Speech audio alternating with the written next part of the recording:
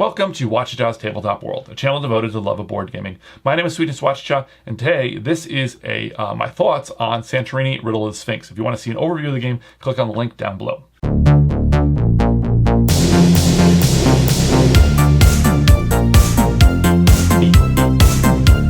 Okay, right out of the gate, I really love the idea of this. I was very excited about this game coming out. I did not back the Kickstarter, unfortunately. It did seem a little pricey, although this is kind of a pricey expansion, but most of the game is contained in here. Now, you can also use either the first or second edition to play this. I guess I can review that a little bit. That the buildings are slightly different, although unless you paint them, I feel like you probably won't notice at all, if at all, while you play the game. But yeah, you can use either version, which is kind of a nice touch. The Kickstarter version does have these bridges, which that's like the only thing I lament not getting, because I think that would also look kind of cool. So this is kind of the idea of turning a competitive game into a cooperative one is a really kind of a niche idea. A lot of games come out with multi-modes where you can play competitively, or you can play cooperatively, or one versus many. And oftentimes when I see that, I think, that's terrible. It's going to be a terrible game. I prejudge that a little bit. But there are some games, very few actually, that do just this. One of them I think is one of my favorites, one of my little go-tos in these reviews is Orleans, and that is takes the Invasion expansion, takes a competitive game and creates a cooperative one with a really great challenge. It's one of my all-time favorite games, and this game, Santorini, I really love. So this isn't a review of the base game, but I really love games that have a nice little system. It's a very simple abstract system here, but the gods give you different powers and create a totally different flavor every time you play it, and I love that. I really, really like that, and that's 100% in this expansion. But it is kind of tricky sometimes to find players for an abstract game. Like, for instance, my wife really does not like playing this game. It stresses her out. She doesn't like it. But this is something I feel like either she might be more inclined to play because we can discuss strategy and there's not so much tension there. But also, you can play now Santorini solo if you like, which is a way I oftentimes play my games. This is a wonderful solo experience. I'm kind of getting ahead of myself a little bit though, because I would like to talk about the components a little bit. Firstly, I love that you get this constellation tree thing. You can kind of like, it's very nice. I mean, this could have just been like paper, like black and white paper. But I don't know as I would really play this like so many times to need all these pieces. And it is a little tricky to see how that when you black these out, you can see it, but it's not as easy as some other games. I really love this system. I don't think it much matters the order that you go in unless you played it a number of times. And because you can kind of go back and replay missions, I'm not sure why you would really, choose to play through the whole campaign again unless you were starting with a new group. But I do really like that. I think that this game definitely, like there's the people that are like, that hate the one and done games, that whole crowd that hates to not to be able to replay it. But this really, I think, satisfies the itch for both types of players. One player can say, hey, I'm going to play through this whole campaign. Once I'm done, I'm complete. I'm going to try to get all the little achievements and get everything done. Great. That's for you. And then the other player that wants to be able to replay, well, start a new campaign or go back and replay any of those missions because you're allowed to get those extra little goals and things that you haven't already gotten. And then as you get through the game, it's a really nice balance of being able to say, look, I'm going to take these, I've got access to different gods and maybe more powerful combos that now I can go back and replay this mission because I'm stronger. It provides a very nice little arc to this game, which you really wouldn't expect. And I think that's a very subtle thing. I think, game systems like Sleeping Gods and Seventh Continent, like they have ways to keep you from getting too powerful when you're open exploring, like these huge maps and these really, frankly, epic games.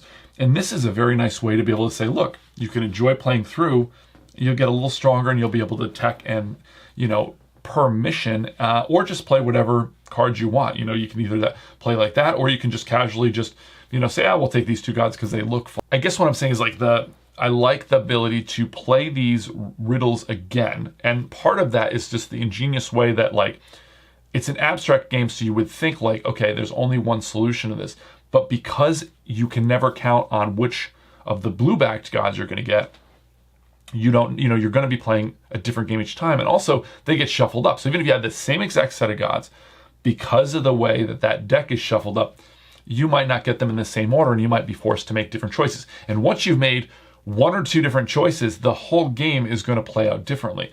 And so that's very clever. When I first heard about this game, I thought for sure there's going to be, it's an abstract game. How could you not have one solution to each of the riddles? But in fact, you can kind of keep playing over and over and over again. And that is an incredibly good design. Now, the other thing that I found to be really ingenious, that is a bit more, not as in your face about how they did this, was every time you move, you must build. And because there is a constrained amount of pieces, it was very clever to do it this way, because that's your clock, right? You can't just move and build forever because there's nothing stopping you. You have a limited amount of pieces. Now you have more pieces than you need if you complete all the quests.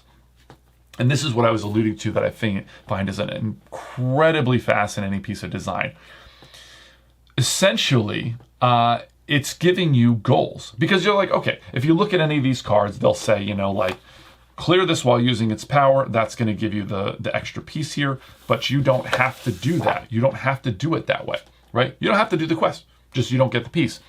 But if you don't get enough pieces, you cannot win. And so this is a fascinating little way to say, we've included, you know, like 7 or 10 different goals, depending on how many gods you get in the game, that you're going to have to do most of those goals. And so it really creates like an interesting little scenario, goal-based games. I love games that have different kind of goals. I think about like, I recently mentioned Endangered on a recent review, and like that game has, you're kind of uncovering the goals, and that's kind of cool. And then you're doing that in the same way here, because you don't know which gods you're going to get, you know, and as you pull it, oh, I got Hephaestus. I hope I didn't pronounce it that way. And you're like, okay, well now I have to do his goal. He's my little goal. Maybe the harder ones you don't have to go for, that don't really work out, but you're really constrained looking at the puzzle, thinking to yourself, I have to do this puzzle in such a way as I get the benefit. And that's the other cool thing. I'm getting a benefit from this god, but I'm also getting like a detriment. The way that that's tied together is so elegant, right? Because you must do these goals, but you also get, it's like a give and take. Hey, you get a cool little power with him, but if you're going to win, you're going to have to do his little quest as well, or enough of these quests, so you're getting like a little job as well. And it's a really nice little push-pull, and with all the little options there and different gods and things, and some of which you can, as I say, you can choose. And I like that when you choose those gods, they don't get mixed up in there. You get them right on the board to start with, because those were your choice, so you get to start with them. And that's, I think, very, very cool. In addition to that, all of the scenarios have their different challenges. They really, I mean, I'm not going to talk about too much because I don't want to spoil things for people that like non-spoilers, but I love the fact that this map book, I mean, the art, I didn't even talk about the art and the components and stuff, but I do. It's a very nice presentation. It continues the wonderful presentation of the base game. But yeah, I mean, like even so I want, like the art on the boards themselves are cool. They can change. And again, it's roughly the same system that you're going to be using for all of them. But there are variations that have kind of cool little stories to them or whatever. And I really like the fact that this puzzle changes depending on who you've got, what gods you've got, but also what the scenario is. And again, they're never going to be like insanely crazy like scenarios. They're all going to be based in this abstract game. But as I say, it's very elegant. There's a lot of variety here, like because of the scenario and the gods and stuff. This is a very, very elegant, and I'm really impressed with this design. And frankly, like, it's short, it's easy to set up. And again, part of this, talking about the art and components, every one of these, like in the ease of play, here's the story, here's exactly how to set up. You know, they have the little cards to say, you know, this is what you do on your turn, which you will never really need because you're going to remember how to do it pretty easily. You got your goals on the bottom, the things that you can go for. Like, it's all right here. And even setup, wonderful. Like the chef's kiss. That means I put a piece here, boom, you know, the wrong piece, boom, right? Here's where the starting pieces go. And again, you might say, okay, well, let's put them like this so that the white player and the blue player can go, and I can do something and you can do something. Or you can put, you know, I'll take the north side of the board, you take the south side of the board, or whatever, however you might do it. But I really, really love that. What an easy thing to play. And of course, these games are very quick to play, and they're satisfying to kind of go forward and go through. I love this campaign aspect to it. I know Dwarf Romantic is one of my all-time favorite games. I love that. And it has the same kind of thing where like every game you play, you're going to be, going along that track, and you get to choose, I mean, you get to decide like, hey, I really like this, I like Prometheus's power. I like Medea's power. I like Zeus's power. I'm going to go in that direction. We're going to unlock that.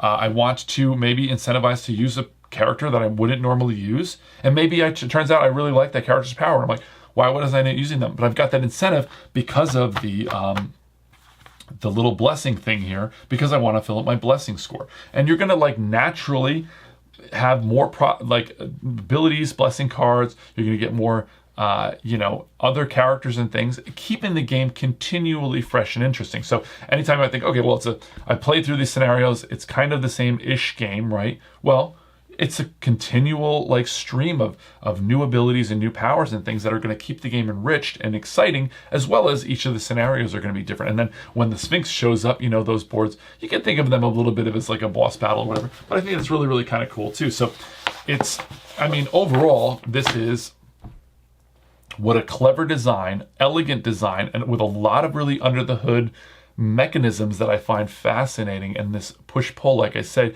that you don't really notice why they're working so well. Again, taking a competitive game that you might not be able to get to the table too easily because, not everybody likes a abstract style game, but now you have this here and you can kind of have an access to play with people that might normally play, or just play solo because you really want to play and you don't have a good partner to play with. In addition to that, like I didn't even talk about this, it's spoilers. There's this, secret pack there, and a secret little mini here that I don't tell you who that is at the beginning. And I love the Greek theme. I love the fact that that's a constellation thing, like easy to play, like everything. They've done everything possible to be like, here's the map. It's a different map, so you can play different maps all the time. It looks very nice, very clean, neat, and orderly.